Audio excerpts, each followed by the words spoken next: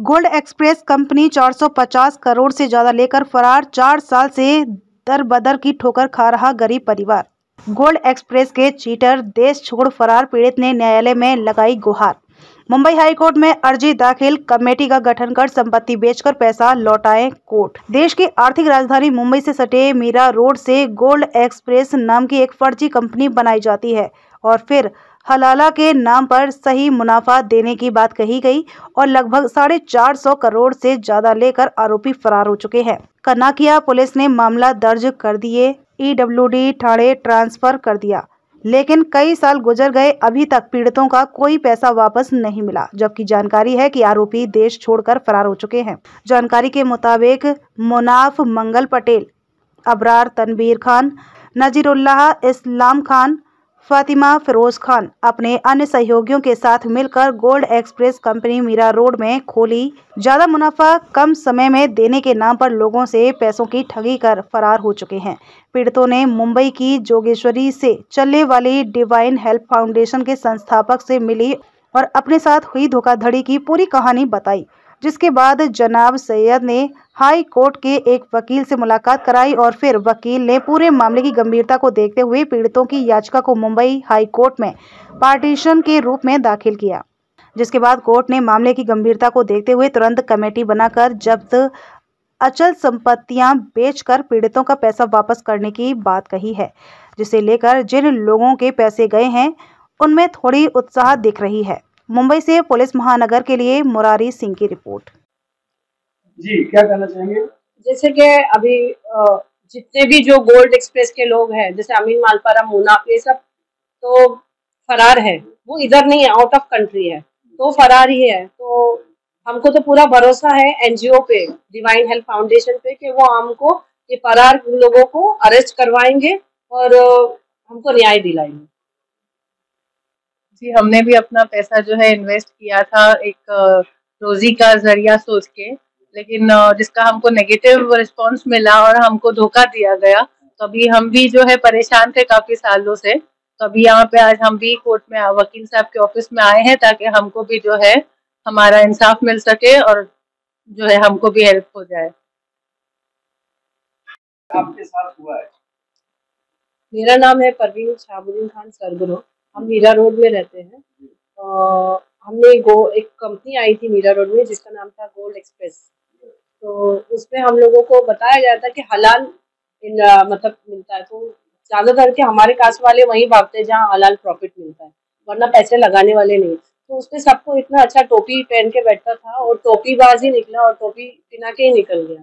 3-4 साल उसकी कंपनी चली। उसके बाद हम लोग को हमारे जितने भी पैसे थे, जो मेहनत की, हमने किसी ने तो घर बेच के पैसे लगाया, हमारी मेहनत के पैसे पूंजी सब हमने लगाई, वो रफो चक्कर हो गया। उसके बाद 4 साल तक हम लोग यहाँ वहाँ इंसाफ के लिए भागते रहे, जिसमें सबसे बड़ा हाथ तो एक पर्सन था मिस्टर अब्दुल हाफिज करके, उनके साथ और 2-3 थे कोर मेंबर उनके, जिनका नाम शबाना था, और एक शाहनवाज भाई थे, एक जावेद भाई थे, एक रुबीना मैडम थी।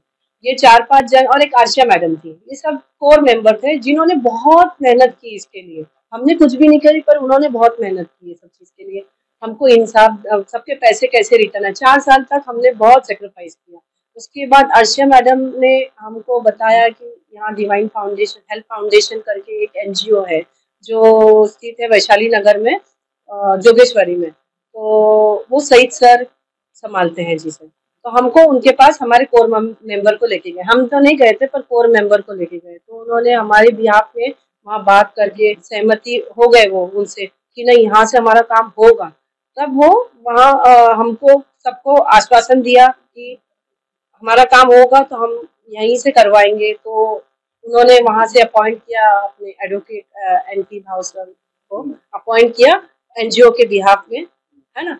तो हम लोगों का केस तो एनपी भाव सर लड़ रहे हैं और पॉजिटिवली देखिए, अब 2 तारीख को जो केस गया था हमारे हक में हुआ है। पॉजिटिवली बहुत हम लोग को 90% थोड़ा तसल्ली मिल गई है कि हमारा काम होगा पॉजिटिवली। तो अभी दूसरा हियरिंग हमको 9 को दिया है, कि 9 तारीख को, 9 जनवरी को। कौन लोग थे, क्या नाम था उनका और किस तरीके से अपने झांसे में फंसाते थे? उनका नाम था अमीन मालपारा, मुनाफ, ये सब थे उन लोग 2-3 जन, और का तो नाम मुझे नहीं मालूम, पर ये 2-3 जन का नाम पता है।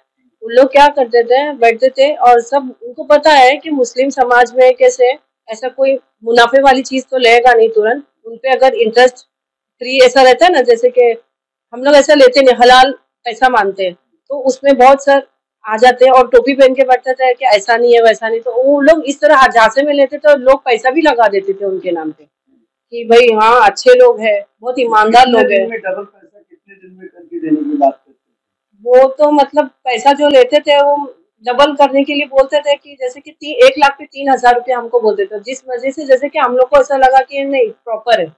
दूसरे लोग कैसे डबल करते थे, ट्रिपल करते थे, पर उन लोग क्या करते थे लाख पे 3,000 3,500 देते थे। तो सबको लगता था, पहले एक कंपनी आई थी हीरा गोल्ड नाम की, उसका कॉपी उन लोगों ने किया था। हीरा गोल्ड तो काफी ज्यादा थे उसमें, पर उन्होंने उसका कॉपी किया था इन्होंने।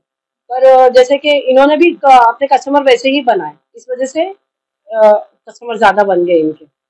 है जिनका नाम है गोल्ड एक्सप्रेस और उनके साथीदार, उन्होंने इन लोगों को पैसे डिपॉजिट करने को बोले और प्रॉफिट देने को बोला। कुछ समय तक प्रॉफिट दिया और बाद में वो कंपनी बंद होकर भाग गई।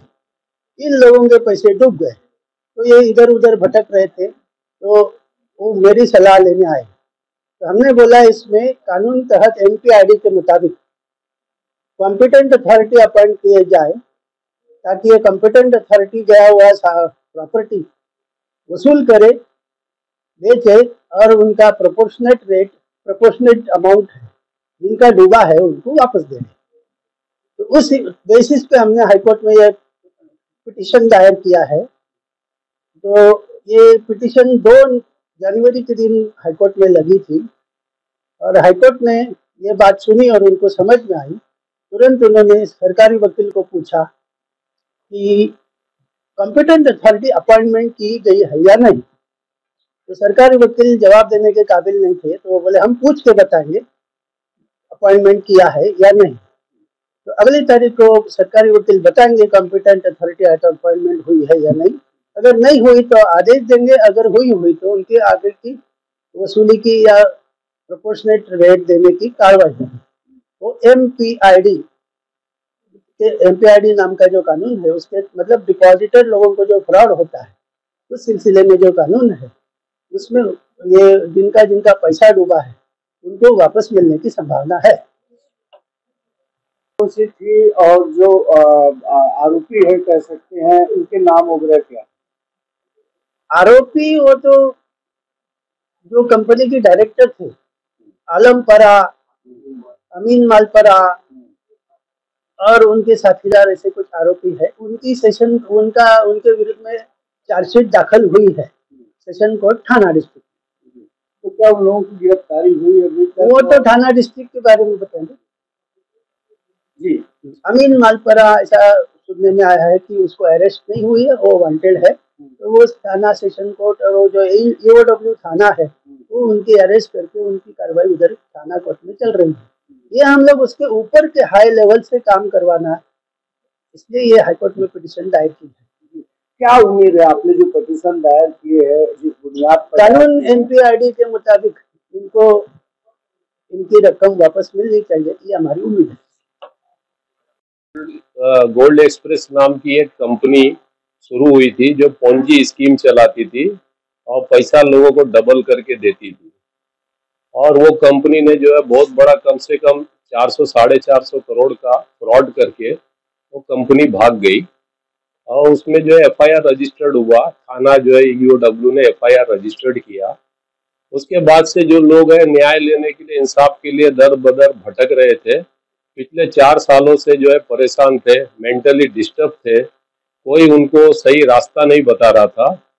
कुछ अरसे के बाद जो है मीरा रोड के एक अर्शिया मैडम थे, उन्होंने गोल्ड एक्सप्रेस के जो करता धरता थे, अब्दुल भाई, जावेद भाई, ऐसे 2-3 जन जो थे, उनको लेके जो है हमारे तरफ जो है हमारे NGO में राब्ता कायम किया और हमारे से चर्चा की। हमने उनकी सब समस्याओं को सुना। उसके बाद उसको हमने जो है देखा कि ये तो हाई कोर्ट का मैटर है, तो उसके बाद जो है हमने जो है एडवोकेट NP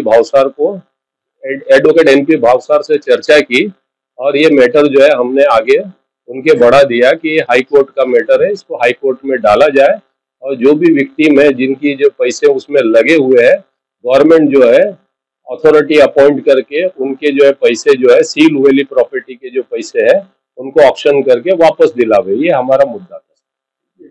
क्या हुआ न्यायालय में जब आप गए जो है कि मजिस्ट्रेट ने सुनवाई के दरमियान क्या पूछा? हाई कोर्ट में 9 तारीख को मैटर लगा था। जज साहिबा ने एडवोकेट एनपी भावसार ने बहस की है। उनकी सुनने के बाद जो है जज साहिबा ने पीपी से पूछा क्या आपने कॉम्पिटेंट अथॉरिटी अपॉइंट की क्या इनकी प्रॉपर्टी के ऊपर, तो पीपी के पास उसका जवाब नहीं था। ईओडब्ल्यू से कोई अधिकारी वहाँ प्रेजेंट नहीं था, तो ईओडब्ल्यू ने टाइम मांगा, तो कोर्ट ने उनको 9 तारीख की डेट दी। 9 तारीख को वो जो है कोर्ट को बताया गया कि अथॉरिटी को अपॉइंट किया या नहीं किया।